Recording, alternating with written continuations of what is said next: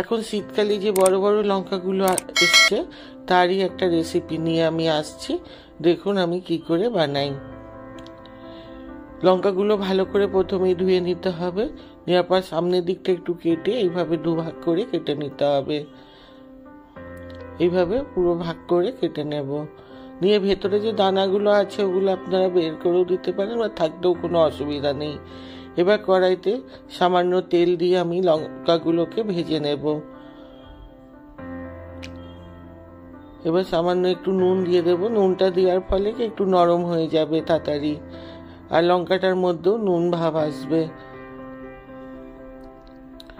এইভাবে নেড়ে চেড়ে আমি ভালো করে ভেজে নেব।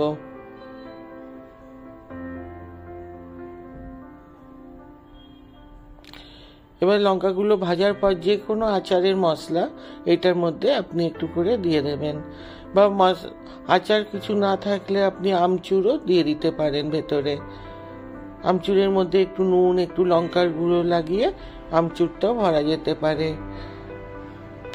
এবার আমি একটা পাত্রের মধ্যে কিছুটা বেসন নিয়ে নেব।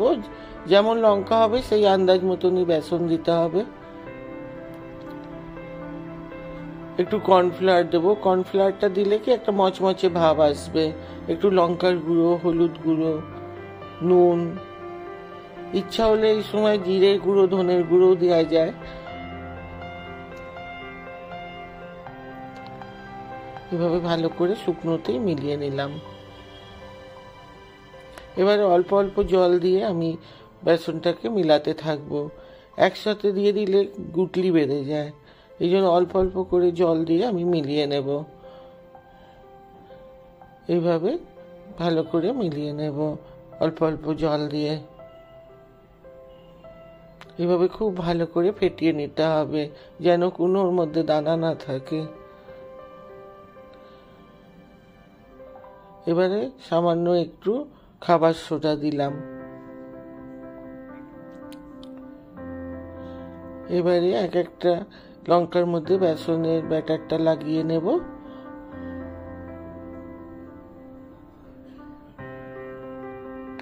এবারে আগে থেকেই তেল গরম করতে দিয়েছিলাম। এবারে লঙ্কাগুলো আমি লাল করে ভেজে নেব। এর মধ্যে আলুর পুর দিয়েও আলুটা সুন্দর করে মশলা করে আলুর পুরও ভরতে পারেন, কিমার পুর ভরতে পারেন, সোয়াবিনের পুর ভরতে পারেন।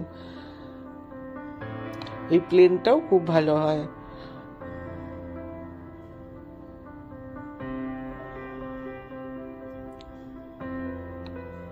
এইভাবে লাল করে মচমচ করে ভেজে নেব।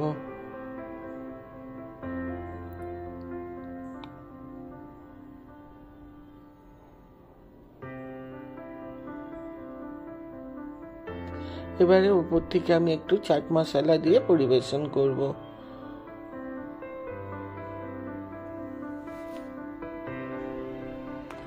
ভালো লাগলে শেয়ার করবেন।